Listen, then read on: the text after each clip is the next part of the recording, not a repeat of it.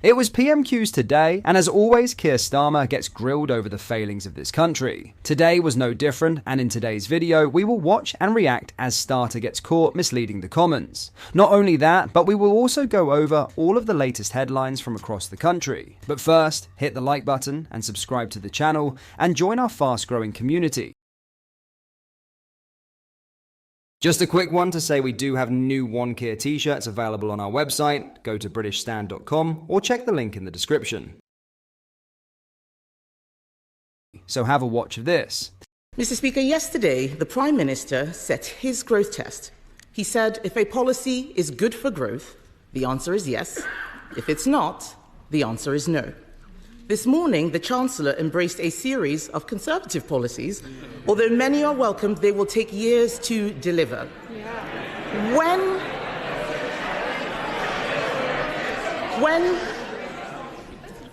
Mr. Speaker, when Conservatives left office, we had the fastest economic growth in the G7.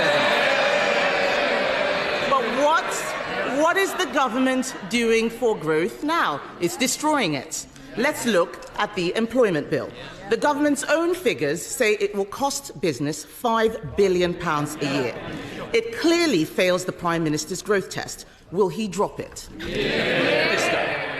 Mr. Speaker, I think the proposition they left a golden inheritance was tested on the 4th of July, which is why they're standing there. But she asked what we're doing. The ONS say we've got the highest investment for 19 years. PwC, second best place to invest in the world. IMF upgrading growth, predicted fastest growing major economy in Europe.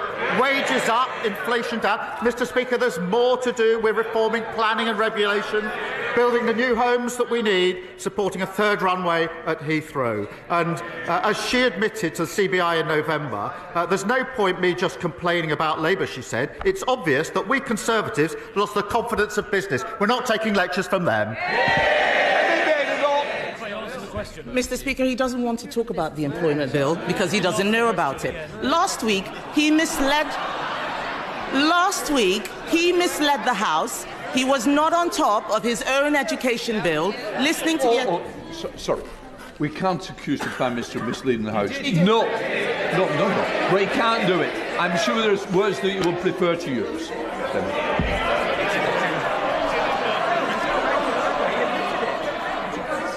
Mr. Speaker, last week he claimed to have laid down an amendment that he had not made. He doesn't know what is going on in here or out there. Last week, I spoke to a woman running a business in Exeter. She is terrified of taking on new staff. She is struggling to keep her head above water, dreading what this government will do next. She's not alone. The Federation of Small Businesses says 92% of small employers are concerned about the employment bill. Clauses 1 through 6 make it harder for business to hire new employees, often young people looking for their first job. This isn't an employment bill, it's an unemployment bill. Given these clauses, will he drop his bill and show that he is not anti-growth? Mr. Speaker, we believe in giving people proper dignity and protection at work. That's why we're proud of our record supporting workers. They consistently vote against any protection for working people. And her consistent refrain is that there should be less. But, Mr. Speaker, we are driving growth on behalf of working people. Good work rights are consistent with growth, and every good business knows that. And on top of the planning reform, the building of houses, supporting aviation, the Chancellor this morning spoke of the Oxford-Cambridge growth corridor, redeveloping Old Trafford, and manufacturing at East Midlands Airport. We want to grow the economy. The only policy she's got is to shrink pensions. Mr. Speaker, all his ideas are the ones that we thought of. He needs to make sure that we deliver for growth now as well as the future. To grow our economy, we must get more people off sickness and welfare and into work. Clauses 8 and 9 of the unemployment bill take us in the opposite direction by increasing entitlements. His government itself estimates that these changes will increase business costs from £600 million to £1 billion a year in sick pay. That will mean higher prices, fewer jobs, less growth. Will he drop these measures from the bill? Prime Minister. No, Mr. Speaker, I think they're good for workers and good for growth. This is the same argument they made against the minimum wage and every protection for workers. And she says they're their ideas. Well, Mr. Speaker, she says she's in support of a third runway at Heathrow. Her shadow transport secretary says that it would be calamitous. The shadow business secretary is busy writing letters opposing airport expansion in his own backyard. Shadow chief secretary says the Oxford-Cambridge idea is flawed and he's against it. We're the coalition of builders, they're the coalition of blockers. Mr. Speaker, he forgets his own Chancellor blocked an airport in her constituency. They are hypocrites, Mr. Speaker. Let's talk about this employment bill. Part 1 of the bill means a new employee could start a job in the morning and take their employer to a tribunal that afternoon. It is no wonder that this bill has been called an adventure playground for lawyers. This bill is terrible for business, but it is great employment for lawyers. I know the Prime Minister loves the legal profession, but he needs to stop being a lawyer and start being a leader. This is another measure in the bill that fails his growth test. Will he show some leadership and drop it? Mr. Speaker, I understand she likes straight talking. She's talking absolute nonsense. She knows, and anybody who understands anything about the bill or any employment law will know you can't start in the morning and go to the tribunal in the afternoon.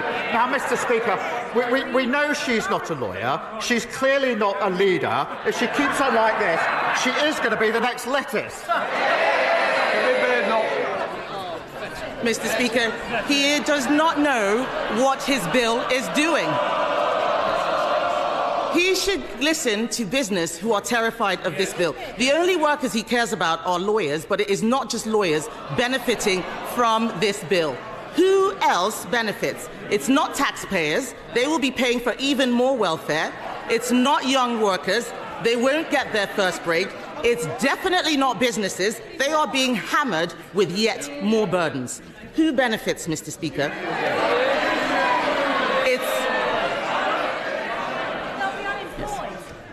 Who benefits? It's the trade unions. It's the trade unions. Part 4 of the unemployment bill, Part 4, they haven't read it, Part 4 of the unemployment bill is the biggest expansion of trade union powers for a generation. Exactly. Thank you. The public will have heard them cheer. Rather than deregulating for business who create growth, he's deregulating for the unions. Clause 61 alone reduces the notice period for strikes to just 1 week. Given strikes are catastrophic for growth, will he drop Part 4 of the bill? Prime Minister. Mr. Speaker, it's good for working people and it's good for the economy. And she should keep up. The CBI have welcomed our positive steps this morning. Their quotes. The Chancellor's just given a brilliant speech on the economy, fixing the mess they left and growing our economy. CBI said they celebrate their positive leadership, a clear vision to kickstart our economy. That's the difference. We're growing the economy. They left it in a complete mess. Mr. Speaker, the arrogance of the Prime Minister is that he thinks that it's his government that creates growth. He's wrong. It is business that creates growth. Our economy is built by entrepreneurs, risk takers, and the hard graft of working people. They know that you can't tax your way to growth. You can't borrow your way to growth. You can't legislate your way to growth. Other countries are serious about freeing business from red tape. President Trump is doing it in America. Argentina is taking a chainsaw to regulations. Even the EU is not going as far as this left-wing government. This bill will put us at the bottom of the pack. Add it to the jobs tax, the family business tax. It's no wonder wealth creators are fleeing Britain in droves. The Chancellor is desperately trying to save her reputation. She knows Labour have damaged growth. This bill manifestly fails the Prime Minister's own growth test. If he won't drop the unemployment bill, what is the point of his growth test? She's got a nerve. They broke the economy, completely destroyed it. They broke the health service, completely destroyed it. They've ruined us on prisons and everything else you can mention. They failed on every front. They're in no position to give us lectures on anything. And she says that she accepts they failed. They're changing. They've learnt absolutely nothing. Rachel Hopkins. Thank you, Mr. Speaker. What are your thoughts on this? Let me know down in the comments. In some other news, the chairman of a well-known bakery chain has criticised the Labour government for proceeding with its planned tax increases, arguing that ministers don't understand business. Speaking in an exclusive interview, the entrepreneur shared a bleak outlook for the UK economy and urged Chancellor Rachel Reeves to adopt policies similar to those being implemented by the US administration. He stated, "I think the most important thing is to put the entire net zero 2050 agenda on hold. The American government is leading the way, and the previous consensus on phasing out petrochemicals is over. With our extremely high electricity costs, attempting to become a global leader in net zero is economic suicide. We have to put a stop to it." The businessman also called on the Chancellor to roll back regulations on businesses in an effort to reverse the economy's sluggish trajectory, which has continued since last year's autumn budget. He added, "There needs to be a determined push to cut back on regulations surrounding property planning. At the moment, it's almost impossible or takes far too long and costs too much to build anything in this country. If we want to expand nuclear energy, which I support, the current process takes decades. We must speed up and streamline the development of new infrastructure, or we will never achieve a higher standard of living." During her fiscal statement, Reeves announced a series of policy changes, including an increase in employer national insurance contributions and higher wages under the national living wage. These measures have sparked backlash from the business sector, with major retailers urging the Chancellor to reconsider to prevent job losses. Unfortunately, I don't think this government understands business. They talk a lot about growth, but their actions, such as tax hikes on jobs and the introduction of the Employment Rights Bill, are taking the economy in the wrong direction, he said. Businesses have warned that the cost of goods and services may rise in the short term as they attempt to absorb the financial burden of higher wages and national insurance. However, the bakery chain declined to comment on whether it plans to raise prices. He added, "I certainly hope we don't have to increase prices. We will avoid it if we possibly can. Unfortunately, due to inflation in recent years, many people are struggling with the rising cost of living. A lot of this stems from the effects of lockdowns, government money printing, and other economic pressures, including rising taxes. Despite the challenging financial climate, the bakery chain remains committed to its expansion plans, aiming to open 35 new locations in 2025. With over 150 stores currently in operation, the chairman expressed confidence in achieving this ambitious goal.